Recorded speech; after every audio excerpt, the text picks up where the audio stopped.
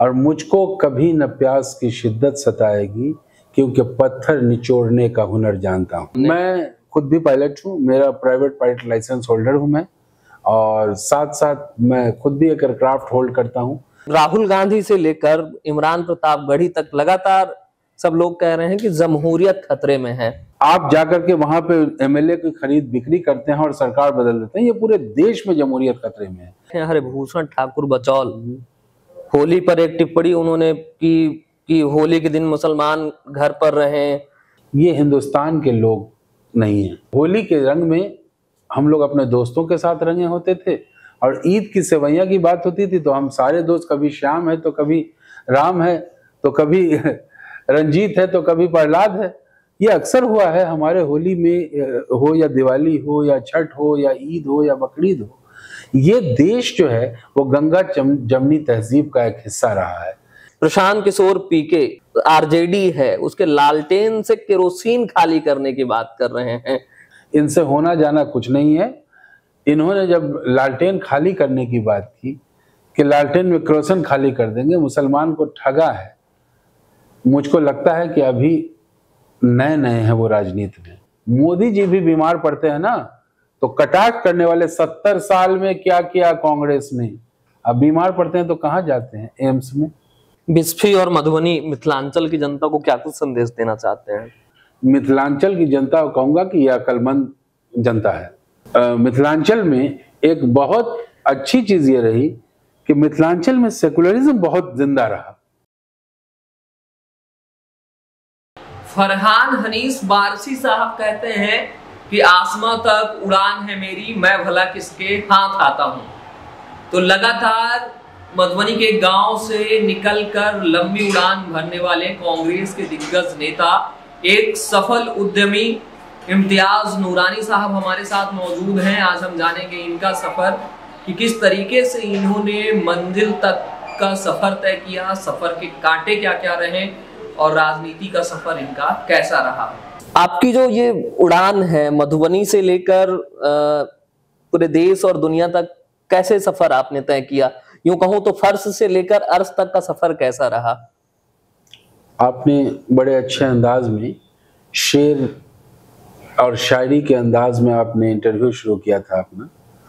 मैं भी अपना जो जवाब है या आपकी बातों के बारे में जो बोलना है मुझको, उसको अपने एक शेर के साथ मैं कहूँगा कि दुश्वार कुन रह गुजर जानता हूँ मैं, आगाज को अंजाम सफर मानता हूँ मैं, और मुझको कभी न प्यास की शिद्दत सताएगी, क्योंकि पत्थर निचोड़ने का हुनर जानता हूँ। क्या बात है। तो आपने पूछा कि ये फर्श से अर्श तक, मैं फर्श पे ही हूँ अभी भी। सबसे पहले ये बताऊं मैं आपको मैं मधुबनी जिला के बिस्फी ब्लॉक का एक छोटा सा गांव अशुरा है जी, जहां हमने अपने बचपन में बिजली भी नहीं देखी थी जी। मैं उसी गांव का रहने वाला हूं, और एक किताबों में पढ़ा करता था कि बिहारी बहुत मेहनत कश होता है। तो मैं भी अपना सफर यहाँ से, जब स्टूडेंट लाइफ में था, उसी दौरान हम लोग कुछ दोस्त आपस में बैठे हुए थे, राजनीति की बात होने लगी। उस समय पैक्स का चुनाव हो रहा था, तो मैंने जब बात आपस में हम लोग कर रहे थे तो उसमें एक दोस्त ने कहा कि इम्तियाज पैक्स का चुनाव लड़ लो तुम। जी। मुझे लगा कि ये राजनीति क्या है, सच पूछे मैं समझता भी नहीं था ठीक से, लेकिन बस दोस्तों ने हंसी मजाक में बोला और हमने नॉमिनेशन कर दिया। जी। नॉमिनेशन कर दिया तो उस वक्त के एक चर्चित चेहरा थे उस जमाने के बिस्फी प्रखंड के, जो चुनाव में मेरे सामने थे, और मैं उस समय पैक्स, जब 5 पंचायत का एक पैक्स हुआ करता था, उस समय चुनाव में जीत गया, और इतने वोट से जीता कि अपोजिशन का जमानत भी नहीं बच सका जी। उसके बाद इसी के साथ साथ मुझे लगा कि राजनीति में बिना पैसे की राजनीति नहीं हो सकती, इसलिए कि चलना भी है तो खर्चे तो हैं जी। तो मुझे लगा कि राजनीति पहले जमाने की राजनीति नहीं रही, अब की राजनीति में खर्चे होते हैं जी।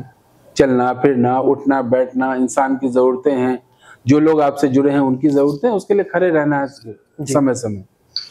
तो मुझे लगा कि बाहर जाना चाहिए, तो मैं यहाँ से निकला, अपना सफर दिल्ली गया। दिल्ली के बाद एक नौकरी शुरू की, इंग्लैंड की एक कंपनी थी स्टैंडर्ड चार्टर्ड बैंक, वहाँ से अपनी शुरुआत की मैंने, उसके बाद पूरे देश और दुनिया में काम करने का मौका मिला। उसके बाद मैं शिक्षा के क्षेत्र में कंसल्टेंसी बिजनेस में आया। आज इंडिया की सबसे लीडिंग कंसल्टेंसी है जो मेडिकल एजुकेशन इन अब्रॉड, और या आप पायलट के बारे में सुनते हैं, aviation academy pilot training program में लास्ट 5 ईयर से सबसे ज्यादा पायलट प्रोड्यूस करने वाले इंडिया को मेरी कंपनी है, जिसका नाम आरएमसी एविएशन एकेडमी है। तो एक आरएमसी ग्रुप है जो 5 कंपनीज हैं, जिसमें लगभग 200-250 एम्प्लॉय काम करते हैं। उसी सफर में साथ साथ मैं फॉरेन कंट्री में गया, कई जगह एक्सप्लोर करने का मौका मिला। आप खुद भी जहाज उड़ाते हैं? आपके कई वीडियोस सोशल मीडिया में देखा है हमने। मैं खुद भी पायलट हूँ, मेरा प्राइवेट पायलट लाइसेंस होल्डर हूँ मैं, और साथ साथ मैं खुद भी एक एयरक्राफ्ट होल्ड करता हूँ। साउथ अफ्रीका के प्रिटोरिया एक शहर है, वहीं ईगल एयर करके एक फ्लाइंग क्लब है, उसी से एसोसिएटेड हूँ मैं। मेरी एक एयरक्राफ्ट भी वहाँ लीज पे लगी हुई है जी। और जब भी मैं जाता हूँ तो जहाज उड़ाता हूँ। एक सफल उद्यमी होने के बाद आपने एक ऐसा वाकया आया, सुनने को मिला, कुछ लोगों ने बताया कि आपके फुफेरे भाई का पांव टूट जाता है, आपको एक्सरे करवाना होता है, आप भटकते रहते हैं और कुछ इस तरीके का वाकया होता है। और इन सारी चीजों को देखते हुए एक्सरे नहीं करवा पाते हैं बिहार की बदहाल स्थिति की वजह से। बाद में आप क्रिप्स हॉस्पिटल की स्थापना करते हैं ताकि लोगों को भटकना ना पड़े, स्वास्थ्य की सुविधाएं मिल सकें। देखिए, ये मैं समझता हूँ कि किसी काम को अगर ऊपर वाले को किसी से लेना होता है तो एक ट्विस्ट आता है लाइफ में जी। हुआ ये कि मैं जापान में था उस समय, मेरा एक भांजा, फुफेरा भाई नहीं, मेरा एक भगना, मेरी बड़ी बहन का बेटा जी मोटरसाइकिल से गिर गया और उसका हाथ टूट गया। 8 बजे शाम का समय था। मैंने कहा एक्सरे करा के रिपोर्ट भेजो। ऑलरेडी उस वक्त उस समय 2 हॉस्पिटल मेरा दिल्ली में रनिंग था जी। तो जब एक्सरे मैंने मंगवाने की बात की तो फैमिली के लोगों ने मुझे बताया कि यहाँ एक्सरे अभी नहीं हो पाएगा। तो हमने कहा मधुबनी में डिस्ट्रिक्ट टाउन है और एक्सरे नहीं हो पाएगा। तो मैंने कहा अपने सर्किल को यूज करके, मेरा एक दोस्त था, उसको मैंने कहा कि यार कहीं से एक्सरे करवा दो जी। ही सेइंग कि मैं ट्राई करता हूँ जी। उसने मुझे कहा, मैंने ट्राई कर, वो करने लगा, फोन आया कि इम्तियाज एक्सरे हो जाएगा, फला जगह भेज दो। जब मैंने भांजे को कॉल किया, फैमिली के लोगों को कॉल किया, उसको लेके जाओ, एक्सरे तो हुआ, 8 बजे शाम की बात है, बट मैंने कहा रिपोर्ट भेजो इमीडिएट। तो सिंह के रिपोर्ट तो अभी नहीं पॉसिबल है। हमने क्यों? तो उस टाइम क्या था, डार्क रूम वाला एक्सरे होता था जी। उसने कहा कि अभी तो न रिपोर्ट करने वाला है और न जनरेटर चलाने वाला का मसला है जी। नहीं हो पाया। तो अल्टीमेटली 24 घंटे बाद मुझे एक्सरे की रिपोर्ट मिली जी।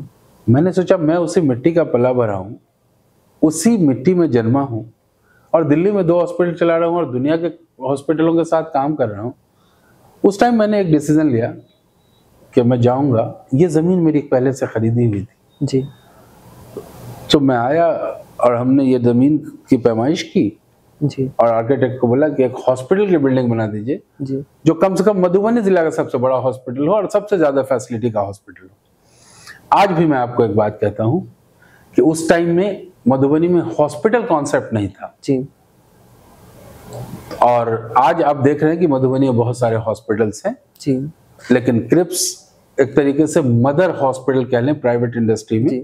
जिसने काम किया। 2001 में आप पैक्स प्रेसिडेंट बनते हैं, वहां से गांव से राजनीति शुरू करते हैं, फिर दिल्ली जाते हैं, दुनिया भर में भ्रमण करते हैं, उसके बाद वापस आते हैं आप और कांग्रेस की विचारधारा से जुड़ जाते हैं, राजनीति शुरू करते हैं। 2022 में एक बार रिवर्स चुनाव भी लड़ते हैं आप। तो ये कांग्रेस की विचारधारा से आपका जुड़ाव कब हुआ? देखिए, एक चीज मैं हॉस्पिटल के बारे में 1 मिनट और लूंगा जी। मैं हॉस्पिटल के बारे में कह रहा था कि आज भी जो क्रिप्स हॉस्पिटल है जी, सबसे ज्यादा फैसिलिटी का हॉस्पिटल है। आज भी मधुबनी जिला में एक सिंगल हॉस्पिटल नहीं है जिसमें एमआरआई आपको मिलेगा। आज भी मधुबनी जिला में एक सिंगल हॉस्पिटल नहीं है जिसमें कार्डियक कैथ लैब का अवेलेबल है, जिसमें एंजियोग्राफी एंजियोप्लास्टीज होती है। तो मैं हॉस्पिटल पे यही विराम लगाता हूँ। हॉस्पिटल और भी चाहे इलाज के लिए लोग चाहें तो यहाँ आए। भारत सरकार की आयुष्मान भारत योजना आई जिसमें मधुबनी जिला में क्रिप्स हॉस्पिटल नंबर 1 नहीं रहा, पूरे बिहार का इकलौता हॉस्पिटल जो सबसे ज्यादा सर्जरी करने वाला फ्री में आयुष्मान भारत में रहा, वो मधुबनी हॉस्पिटल को अवार्ड भी मिला हुआ है। सर को पता है जी, पूरे मीडिया वाले लोग, पूरे बिहार के लोग जानते हैं कि इकलौता हॉस्पिटल किसी को सिलेक्ट किया गया तो मधुबनी हॉस्पिटल को सबसे ज्यादा सर्जरी वाले में सेलेक्ट किया।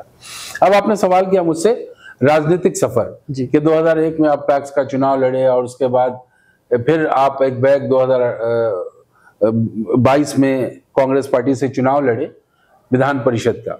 मैं आपको एक बात बताता हूं, जब मैं स्टूडेंट था उस जमाने में, जब मैं वोटर नहीं था, जगन्नाथ मिश्रा जी इलेक्शन लड़ रहे थे हमारे यहाँ लोकसभा का इलेक्शन, और उनके मंच पे मैं छोटा सा था। तो उस समय मैंने एक तकरीर की और जगन्नाथ मिश्रा जी के मंच से मैंने देखा कि ये कांग्रेस के बड़े लीडर हैं, और उसी जमाने में जब मैं वोटर नहीं था तो कांग्रेस से इन्फ्लुएंस था। अच्छा। और दिल में कांग्रेस हमेशा रही, और ये तिरंगा जो आप देख रहे हैं, ये हाथ में तिरंगा और दिल में कांग्रेस, ये हमेशा रहा मेरे बचपन से। मुझे जब वोट देने का हक नहीं था, जब मैं पैक्स चेयरमैन बना तो राजनीति को थोड़ा समझने का मौका मिला। फिर उसके बाद अपने रोजी रोटी के सफर में निकला बाहर, फिर पॉलिटिक्स को मैं छोड़ चुका था। एक बैग सच पूछिए आप, मुझे लगा कि राजनीति अब करना चाहिए, इसलिए कि राजनीति के लिए जो जरूरतें थी वो जरूरतें मैं मेहनत करके पूरा कर चुका हूँ। अब मुझे लगता है कि बाल बच्चे अपने समाज को जो दे सकते हैं उस लायक ऊपर वाले ने मुझे बनाया जी। उसके बाद मैं 2020 में चुनाव लड़ने की ख्वाहिश रखता था कि उस समय विधानसभा में लड़ना चाह रहा था जी। आप यकीन जानिए, कांग्रेस पार्टी में सिटिंग कैंडिडेट विश्व विधानसभा में अलायंस में जी थे, यहाँ आरजेडी के सिटिंग एमएलए थे। तो उस टाइम में कांग्रेस पार्टी ने उनको टिकट दे दिया, दोबारा कंटिन्यू कर दिया, और मैं चुप हो गया, इसलिए कि हम लोग एक विचारधारा, कांग्रेस पार्टी एक विचारधारा है और कांग्रेस के साथ खड़े थे जी। कांग्रेस पार्टी का हुक्म हुआ कि आप काम कीजिए, चाहे वो जो अलायंस में आ गए। हम लोगों ने काम किया, बैड लक हम बिस्फी हार गए, मतलब इंडिया अलायंस जो उस वक्त के महागठबंधन थे वो हार गए। 20 के बाद 22 में विधान परिषद की तैयारी की मैंने जी, और पार्टी ने मुझे अपने क्षेत्र को छोड़ करके दरभंगा भेज दिया कि चुनाव लड़िए जी। और उस समय राजद और कांग्रेस अलग अलग लड़ रही थी जी। मैं कांग्रेस का सिपाही था, दरभंगा में गया, हालांकि मुझे क्षेत्र का भी पूरा आइडिया नहीं था जी। लेकिन पार्टी अगर मुझे बोले कि कार्यकर्ता बन के काम करना है या कहीं लड़ना है जी, मैं चला गया लड़ने के लिए जी।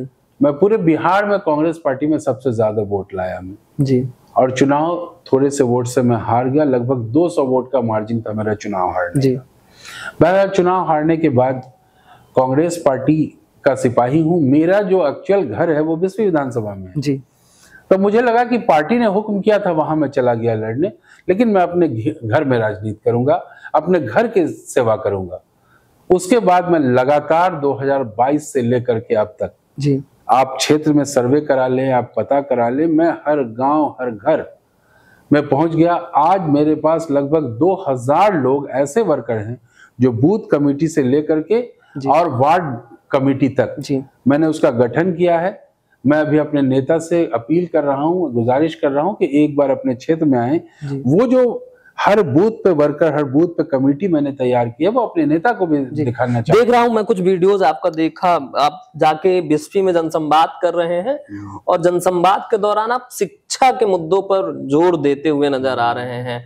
तो आखिर डबल इंजन की सरकार है, देश में शिक्षा के हालात, स्वास्थ्य के हालात सुधारने की बात कर रही है, और आपके यहाँ भी बीजेपी के विधायक हैं, काफी काम करने की बात दावा करते हैं कि हमने बहुत विकास किया है बिस्फी में। सबसे पहले तो डबल इंजन की सरकार है, आपने कहा डबल इंजन की सरकार है और जनता के लिए बेकार है। जनता ने मैंडेट दिया था कि जनता के हित का कुछ काम होगा। मैं बिस्फी को करीब से जानता हूं। आपने अगर बिस्फी का दौरा किया होगा तो लोग कहते हैं कि सड़क में गड्ढा हो गया है। बिस्फी की मुख्य सड़क जो बिस्फी से लेकर के बेनीपट्टी को जाती है, ये मुख्य सड़क कहलाती है। आप जब जाएंगे तो आपको सड़क में गड्ढा नहीं, गड्ढे में ही सड़क मिलेगा। और ये बरसात का टाइम है, आपको लगेगा कि ये स्विमिंग पूल भी सरकार ने इस रोड पे बनाया है। कभी कभी तो लगता है कि विधायक जी कहीं निकल करके तैरने न लगे उस स्विमिंग पूल पर पे। तो हमें लगता है कि चलिए उन लोगों ने जो काम किया है, स्विमिंग पूल बनाया सड़क पे, गड्ढे में सड़क बनाया, ये सब जो उनके विकास है, उस विकास को जनता जरूर देख रही है। और हम लोग ये सड़क, स्वास्थ्य, ये सब एक कॉमन मुद्दा होता है। किसी गांव को, किसी मोहल्ले को, किसी शहर को अगर तरक्की की तरफ लेके जाना है तो सबसे पहला काम शिक्षा है। अगर आपका समाज शिक्षित होगा, आपका गांव शिक्षित होगा, आपका पंचायत शिक्षित होगा, आपकी विधानसभा शिक्षित होगी, तो जाहिर है कि शिक्षा लेकर के पूरे देश और दुनिया में रोजगार से जुड़ेंगे आप। अगर महागठबंधन कांग्रेस पार्टी जो है आप पर भरोसा जताती है तो बिस्पी के लिए आपका विजन क्या है? देखिए, मैं शिक्षा की बात करता हूं, मैंने शिक्षा पे पूरे दुनिया में काम किया है। मैं एक बड़ी विडंबना है, बहुत अफसोस है कि हम लोग, मुझे आप एक कामयाब व्यक्ति मानते हैं, मधुबनी जिला या देश के किसी भी कोने में आप जाएंगे अगर, या बिस्फी की ही बात करेंगे, तो आज से 20 साल पहले आप चले जाएं तो हर आदमी लगभग सरकारी स्कूल में पढ़ा करता था। कोई प्राइवेट स्कूल का कॉन्सेप्ट नहीं था। आप यकीन जानिए, उस समय जिन लोगों ने सरकारी स्कूल में पढ़ा, मुझे लगता है कि 99.99% सक्सेस लोग मिलेंगे जी। कहां प्राइवेट स्कूल का कॉन्सेप्ट था जी। और किसी भी देश की तरक्की तभी हो सकती है, किसी समाज की तरक्की तभी हो सकती है, किसी इलाके की तरक्की तभी हो सकती है जब सरकारी तंत्र काम करेगा जी। सरकारी स्कूली की हालत जो जर्जर और बदतर हो गई है, उसमें पूरी तरीके से लोकल नुमाइंदा, चाहे वो एमएलए हो, एमपी हो, और सरकार इसमें मुजरिम है। इसलिए कि सरकारी स्कूल में बिल्डिंग सरकार की, टीचर गवर्नमेंट के, किताबें फ्री मिल रही है, सारी चीज फ्री मिलने। हम लोगों के जमाने में किताब खरीदी जाती थी, 10 ही रुपए की किताब, 20 ही रुपए की किताब, लेकिन 10-20 रुपए का उस जमाने में वैल्यूज था जी। अब आप सोच करके देखिए कि सरकारी स्कूल को छोड़ करके हम आप अपने बच्चों को प्राइवेट स्कूल में पढ़ाने की बात करते हैं। उसका कारण क्या है कि सरकारी स्कूल में पढ़ाई अच्छी नहीं हो रही है। तो आप ये देखिए कि प्राइवेट स्कूल में पढ़ाया और एडमिशन के लिए बीएचयू में एंट्रेंस दे रहे हैं, जामिया मिलिया यूनिवर्सिटी में एंट्रेंस दे रहे हैं, जेएनयू में एंट्रेंस दे रहे हैं, यहाँ 12th पढ़ाया सरकारी में और कह रहे हैं कि आईटी बच्चा निकालेगा। तो सरकार प्राइवेट में पढ़ा करके सरकारी में एंट्रेंस देने की बात करते हैं। मेरा पहला उद्देश्य होगा कि जो भी सरकारी संस्थाएं हैं जी, चाहे वो स्वास्थ्य का सेंटर हो, चाहे वो स्कूल हो, सरकारी स्कूल में अब तो पहले कहते थे कि टीचर में क्वालिटी नहीं है, मैं इस बात को नहीं मानता। टीचर में क्वालिटी है। अब तो बिहार बीपीएससी के थ्रू एग्जाम लेकर के आप टीचर अपॉइंट करते हैं जी। अब उन टीचर पे यकीन नहीं है क्या सरकार को? आप उन टीचर्स के अपग्रेड करने के लिए आपने क्या प्लानिंग की है जी? टीचर्स दुनिया में सारी चीजें के लिए पॉलिश करने के लिए एक आरोप लगता है लगातार कि जब लालू जी की सरकार रही है तभी शिक्षा की स्थिति बदहाल हुई है बिहार में, और कांग्रेस भी उसमें भागीदार रही है। लालू जी की सरकार में शिक्षा की हालत खराब रही है आपके अकॉर्डिंग? ये लगातार आरोप लगाती है वर्तमान की जो भाजपा लालू जी की सरकार कब तक थी देश में? कब तक थी देश में? 2005 तक थे। 2005 के बाद में किस गांव में स्कूल बना है? एक बार उसकी बिल्डिंग का मुझे ब्यौरा दिखवा दीजिएगा कि उससे पहले कितने गांव में स्कूल थे और आज कितने स्कूल बने हैं। मैं चीज आपको सच्चाई बता रहा हूं कि शिक्षा, मैंने बार बार कहा ना कि उस जमाने में सरकारी स्कूल होता था, उस वक्त शिक्षा ऐसी थी कि सरकारी स्कूल में पढ़ के लोग 100% सक्सेस है जी। आज प्राइवेट स्कूल में बच्चे पढ़ करके या सरकारी, इनके जो सरकारी स्कूल हैं इसमें पढ़ के आप एवरेज रेशियो देखिए सक्सेस रेट, आपको पता ये साइकिल बांटने से, खाना बांटने से ही अगर पढ़ाई हो जाती तब तो सब लोग खाना ही और साइकिल देते। आपकी पार्टी में राहुल गांधी से लेकर इमरान प्रतापगढ़ी तक लगातार सब लोग कह रहे हैं कि जमहूरियत खतरे में है। आपको क्या लगता है, सचमुच जमहूरियत खतरे में है? आपको लगता नहीं है कि ये चुनी हुई सरकार जिसको हम चुनते हैं, जमहूरियत खतरे की 1-2 मिसालें नहीं है, जमहूरियत खतरे की सैकड़ों मिसालें हैं। एक बनी हुई सरकार पे आप खरीद बिक्री करके सत्ता से एक दूसरे को बेदखल कर देते हैं आप। ये जमहूरियत ने जनता ने वोट दे करके आपको सरकार बनाया, उसके बाद आप जाकर के वहां पे एमएलए की खरीद बिक्री करते हैं और सरकार बदल देते हैं। ये पूरे देश में जमहूरियत खतरे में है। और बिहार की बात करें तो बिहार में तो मुझको लगता है कि ये नया इनका इंटेंसिव केयर आया है, देखने में तो कोई मेडिकल सर्जरी लगता है जी, लेकिन मुझे लगता है कि ये वोटर की और जनता की सर्जरी कर रहे हैं ये लोग। तो ये जो इंटेंसिव सर्जरी की बात कर रहे हैं, उनको बोलिए कि जनता जो जमीन पे है ना, उसको जमीन पे रहने दे कम से कम। जनता को ये लोग चाहते हैं कि जैसे कोरोना में, जैसे नोटबंदी में लोगों को दौड़ाया इन्होंने सड़कों पर, आपने देखा कि किस तरीके से पूरे देश से बिहारी को यहाँ आने के लिए कोई लाठी डंडे खा रहे हैं, कोई ट्रक पे भेड़ बकरी के जैसे आ रहा है। उसके समाधान के लिए सरकार ने क्या किया जग जाहिर है। कांग्रेस प्रभारी अल्लाह वरू साहब से लेकर तेजस्वी यादव जी तक सब लोग वोटर लिस्ट वाले मामले पर कह रहे हैं कि हम चुनाव का बहिष्कार करेंगे, और जो दूसरे दल हैं वो भी इसका समर्थन करें। तो क्या लगता है कि चुनाव के बहिष्कार कर देने से बात बन जाएगी? देखिए, एक बात बताइए आप कि जब सरकार गूंगी बहरी अगर हो जाए, जब सुनने वाला नहीं हो, समाधान ही नहीं हो, तो ये एक इलेक्शन जो है, इसको एक सिस्टम को अगर ठीक ही नहीं कर सकते हैं, मैं तो समझता हूं कि इलेक्शन कमीशन भी पता नहीं किस धड़े पे चला गया है। कम से कम लोग कहते थे कि चुनाव में इलेक्शन कमीशन अगर सही रहेगा तो जनता के जो वोट हैं या जनता की आवाज जो है वो इलेक्शन कमीशन कम से कम सुनेगा, वो कम से कम सही से इलेक्शन तो करा दे। लेकिन आप देखिए कि इलेक्शन कमीशन भी, आज चुनाव को कितना बचा, 3 महीना टाइम है, आज पूरे बिहार में टीचर को पढ़ाई लिखाई से मतलब नहीं रहा। उनको जिम्मेदारी दे दी कि चलो भाई आप वोटर पुनरीक्षण करो। अब सच्चाई देखिए आप कि जो हम कहते हैं ना, शिक्षा बहुत अच्छा किया, तो स्कूल में टीचर रहेगा ही नहीं, उनको जिम्मेदारी अलग दी गई। ये काम अगर करते, मैं ये नहीं कहता हूं कि क्यों आपने किया, आप करो ना, लेकिन कब करो, उसके लिए समय चाहिए आपको। ये 1 साल पहले क्यों नहीं किया, 2 साल पहले क्यों नहीं किया? आप 11th आवर में, जब इलेक्शन का टाइम है, लोगों को परेशान कर रहे हैं, आप परेशान करके आप चाह रहे हैं कि वोट काट दें, तो ये सब चीजें, कांग्रेस पार्टी देश हित में काम करती है, पूरे देश के लोगों को परेशान नहीं होने देना चाहती। खास करके अभी बिहार चुनाव है, पूरी तरीके से कांग्रेस इस बात के लिए, बहिष्कार के लिए तैयार है, और हम सब लोग सिपाही हैं। जिस दिन बहिष्कार के लिए सड़क पे उतरेंगे, सरकार और सत्ता अपने आप लचर हो जाएगी, चरमरा जाएगी। उनको ये समझ में नहीं आता है कि जनता कितनी बड़ी ताकत है।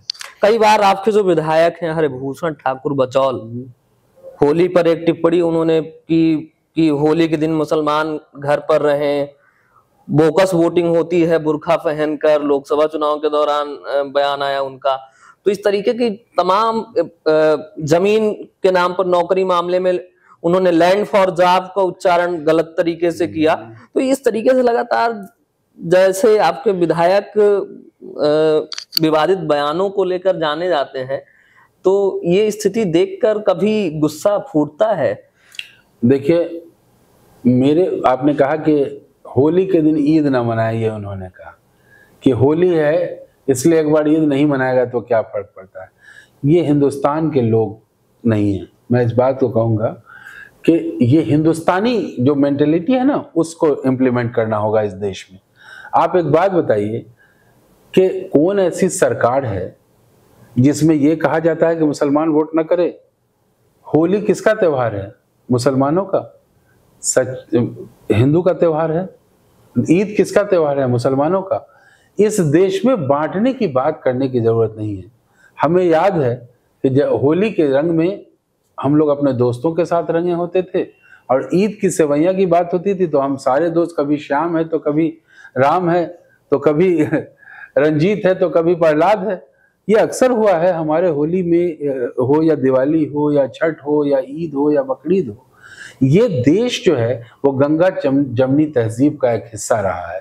ये कई धर्म और कई मजहब का संगम रहा है। इस संगम को तोड़ करके आप कहाँ ले जाना चाहते हो? आप जिस मुसलमान पे कटाक्ष करते हो कि होली और दिवाली की बात करते हैं, ईद ना मनाएं होली के त्योहारों में, आप ये भूल गए ये देश में हर त्योहार को मनाने वाले सब धर्म के लोग हैं। अगर कोई नमाज नहीं पढ़ता तो इसका मतलब सम्मान नहीं करता ईद का, ऐसा नहीं है। ये देश में और ये कहते, इन्होंने एक बार कहा अपनी आवाज से कि आप पाकिस्तान चले जाओ अगर आपको हमसे दिक्कत है तो। किसने कहा दिक्कत है? पाकिस्तान जाने का ऑप्शन था। जब देश के बंटवारे की बात हुई थी तो उस समय ये ऑप्शन था।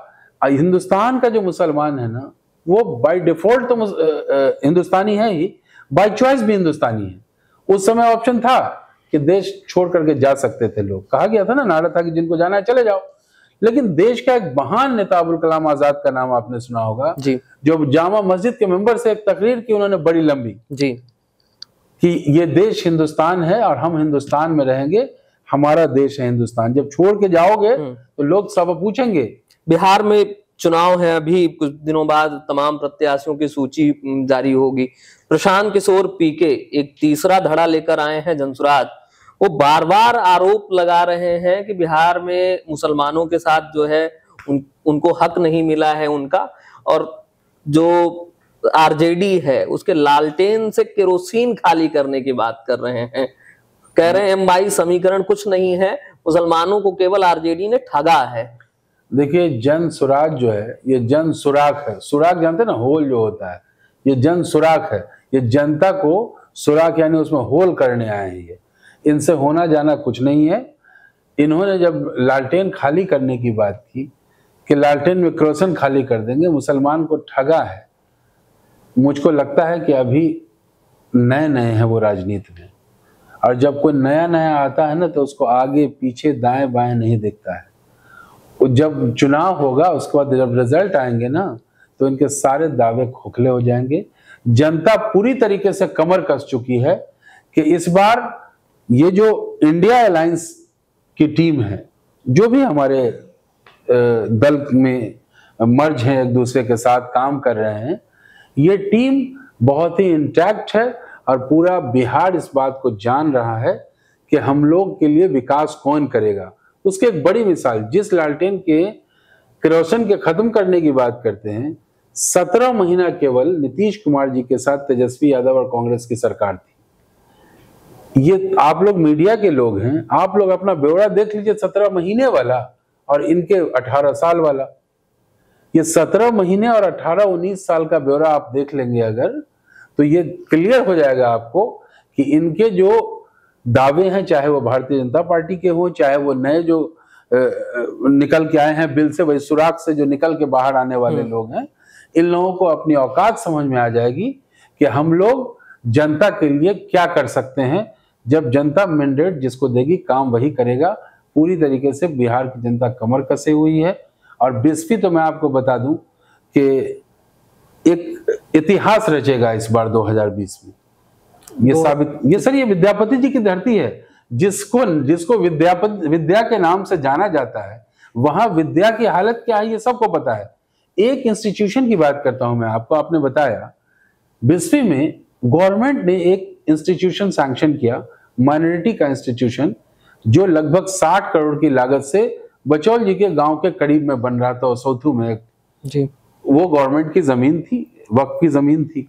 उस पर माइनॉरिटी स्कूल बनाने की बात की। माइनॉरिटी में मुसलमान, जैन, सिख, ईसाई सब आते हैं, आपको पता है। तो माइनॉरिटी स्कूल जब बनाने की बात की गई तो उस वक्त विधायक जी ने अपनी सरकार के खिलाफ धरना दिया और ये कहा कि ये स्कूल नहीं बनने देंगे, माइनॉरिटी का स्कूल यहां बन के क्या होगा, कहीं और जाके बने। उनकी नजर में बिस्फी में मतलब लोगों में डिफरेंस है। ये बौद्ध को पसंद नहीं करते, जैन को पसंद नहीं करते, क्रिश्चियन को पसंद नहीं करते, ईसाई को पसंद नहीं करते, सिख को पसंद नहीं करते, मुसलमान को पसंद नहीं करते। आपकी कभी भेंट हुई है व्यक्तिगत तौर पर? आप कभी हरिभूषण ठाकुर बचौल जी से मिले हैं? देखिए, बैठ के कोई बातें नहीं हुई है, चलते फिरते मुलाकातें हुई हैं। मैं चाहता भी नहीं हूं बैठ करना। जब मुंह खोलते ही गंध अगर आए ना तो आप भी साइड हो जाइएगा। जब रिकॉर्ड देखना है, आप एकदम विधायक पर इस तरीके से मुंह खोलते गंध की बात कह रहे हैं। जो जनता ने चुना है, उन्हें मैंडेट मिला है जनता से। देखिए, जो आदमी देश तोड़ने की बात करता हो, जनता ने एक उम्मीद के साथ उनको वोट दिया था। तीन बार चुना है उम्मीद से। जनता ने एक उम्मीद के साथ वोट दिया था कि वो जब आएंगे तो हमारे भाईचारे की बात होगी, वो आएंगे तो विकास की बात होगी, वो आएंगे तो स्कूल अच्छा करेंगे, वो आएंगे तो अस्पताल अच्छा करेंगे, उनको बोलिए ना, कभी पेट में दर्द हुआ है तो कभी गए हैं अस्पताल में, वहां बिस्फी के जाके देखेंगे तब समझ में आएगा। बच्चा उनका किस स्कूल में पढ़ता है पता है, उनकी शादी हुई कि नहीं हुई? तो आप उनसे पूछिए उनके परिवार में बच्चे कहाँ पढ़ रहे हैं। आप जहाँ हैं वहां के सरकारी स्कूल तो ठीक करें, पहले स्वास्थ्य सेंटर तो ठीक करें। आप उद्योग से जुड़े रहे हैं, अभी हाल ही में किशनगंज में एक यूनिवर्सिटी के कार्यक्रम के दौरान आपने कहा कि एयरपोर्ट को लीज में लेने की बात आप, और मधुबनी एयरपोर्ट से संबंधित भी आप बात कर रहे थे। उड़ान योजना से हाल ही में मधुबनी को जोड़ने की बात की जा रही है, तो वो क्या कुछ मामला था? देखिए, मैं फ्लाइंग क्लब के साथ काम कर रहा हूँ। साउथ अफ्रीका में प्रिटोरिया एक शहर है जी, वहाँ मेरे खुद भी, हमारे इंडिया से बच्चे जाते हैं वहाँ ट्रेनिंग के लिए। मेरी खुद की एयरक्राफ्ट है, मैं खुद भी पायलट हूँ। तो मेरे दिल में आया कि जिस तरीके से हॉस्पिटल मैंने बनाया, इलाज के लिए एक अच्छा इंस्टीट्यूशन बनाना है, तो उसी तरीके मैं अभी स्कूल ला रहा हूँ मधुबनी में। GD गोयनका स्कूल जो हिंदुस्तान का बड़ा नाम है, आप लोग अवेयर होंगे। मैं उस स्कूल को मधुबनी जिला में ला रहा हूँ। तो मेरा एक सपना था कि एक अच्छा स्कूल हो, एक अच्छा अस्पताल हो। मैं सरकार में जाऊंगा तो मैं एक वादा करता हूँ आपसे कि उस समय भी सरकारी संस्था, चाहे वो स्कूल हो, अस्पताल हो, उसको ठीक करूंगा। एक वादा मोदी जी ने भी किया था। मोदी जी ने वादा किया था कि हवाई चप्पल वाले हवाई जहाज की यात्रा करेंगे। आप हवाई जहाज से जुड़े हुए हैं, लेकिन हवाई चप्पल वाले अभी भी वही हैं, तो ऐसा ही वादा कहीं आपका भी तो नहीं रह जाएगा? मैं कांग्रेस का सिपाही हूँ। IIT को सबसे अच्छा मानते हैं आप? IIT किसने बनाया? कांग्रेस पार्टी ने। अच्छे मैनेजमेंट की बात करते हैं किसी सिस्टम को चलाने के लिए। इंडिया का सबसे टॉप मैनेजमेंट इंस्टीट्यूट कौन सा है? IIM है। किसने बनाया? कांग्रेस ने बनाया। मैं बिहार में जहां बैठा हुआ हूं, IGIMS है, अच्छा इंस्टीट्यूट है। किसने बनाया? मेडिकल हॉस्पिटल है। जितने मेडिकल कॉलेज हैं सरकारी, अभी नया जो मेडिकल कॉलेज सरकारी कितना बना है ये सब जग जाहिर है।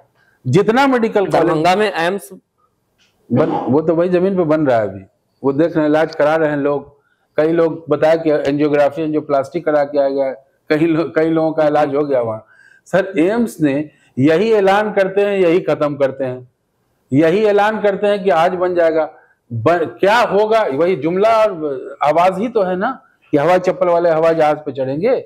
हम कांग्रेस के सिपाही हैं। कांग्रेस ने जो कहा वो किया। आज देश में मोदी जी भी बीमार पड़ते हैं ना, तो कटाक्ष करने वाले 70 साल में क्या किया कांग्रेस ने? अब बीमार पड़ते हैं तो कहां जाते हैं? एम्स में। अटल जी बीमार पड़े तो कहां गए? एम्स में। तो अब इनसे पूछिए ना कि जहां इलाज कराने जा रहे हो ये किसने बनाया? अभी राजनाथ सिंह जी की पत्नी एडमिट थी अभी 1 महीना पहले। मैं गया तो मुझे रोक दिया गया कि कोई VIP लीडर आए हुए हैं। हमने कहा कौन है भाई? तो राजनाथ सिंह जी। हमने कहा एम्स में राजनाथ सिंह जी इलाज कराने आए हैं? कहते हैं कि कांग्रेस ने क्या किया, ये एम्स किसने बनाया? तो देखिए, जुमलेबाज पार्टी से हम लोग नहीं है। हम लोग कांग्रेस के सिपाही हैं, जो वादा करते हैं उसको पूरा करते हैं। हम फर्जी 2 करोड़ नौकरी की बात नहीं करते हैं, हम फर्जी रोजगार की बात नहीं करते हैं। हम जमीन पे काम करने वाले लोग हैं। और राहुल जी ने यह साबित कर दिया है कि जो जमीन पे काम कर सकता है, जो पहले भी किया और आज भी वही करेगा और आगे भी उसी को करना है। जुमलेबाजों की सरकार से अलग रहना है। बिस्फी और मधुबनी मिथिलांचल की जनता को क्या कुछ संदेश देना चाहते हैं? देखिए, सबसे पहले तो मैं मिथिलांचल की जनता को कहूंगा कि यह अक्लमंद जनता है। इन्होंने हमेशा एक अच्छा काम किया है। मिथिलांचल में एक बहुत अच्छी चीज ये रही कि मिथिलांचल में सेकुलरिज्म बहुत जिंदा रहा, जिसको तोड़ने के लिए बिस्फी की बात आपने की। तो बिस्फी का जो नेता है ना, जो MLA है अभी मौजूदा, उनको बोलिए कि विद्यापति की जो जन्मस्थली है ना, जिसका वो अभी काम करवा रहे हैं, उसके लिए सुंदर बनाने के लिए विद्यापति जी के जन्मस्थली के 2-3 किलोमीटर दूर पे उनका गढ़ है। उनको बोलिए कि उनके आइडिया और आइडियोलॉजी को समझें। वो विद्यापति जी थे जो शंकर भगवान के यहाँ उगना बाबा के नाम से एक नौकर की शक्ल में जाके काम किया। उस बिस्फी में आप बिस्फी को तोड़ने की बात करते हैं, आप वहां धर्म की बात करते हैं। बात होती है तरक्की की तो धर्म की बात होगी, बात होती है समाज को जोड़ने की, तो चलो सावन की सोमवारी, हम चाहते हैं कि सावन की सोमवारी की उतनी अहमियत रहनी चाहिए जितनी ईद की। तो ये थे हमारे साथ इम्तियाज नूरानी साहब। इनका कहना है कि सावन की सोमवारी की जितनी अहमियत होनी चाहिए उतनी ही अहमियत ईद की होनी चाहिए। भाईचारा की बात कर रहे थे और बात कर रहे थे बिस्फी में बेहतर शिक्षा की, बेहतर चिकित्सा की। फिलहाल लगातार पसीना बहा रहे हैं बिस्फी विधानसभा क्षेत्र से संभावित प्रत्याशी हैं। ये तो वक्त बतलाएगा कि पार्टी और आला कमान इन पर भरोसा जताता है कि नहीं। हम आपको बिहार विधानसभा चुनाव से रिलेटेड तमाम खबरें देते रहेंगे, फिर किसी ऐसी ही शख्सियत से रूबरू कराएंगे। तब तक के लिए धन्यवाद।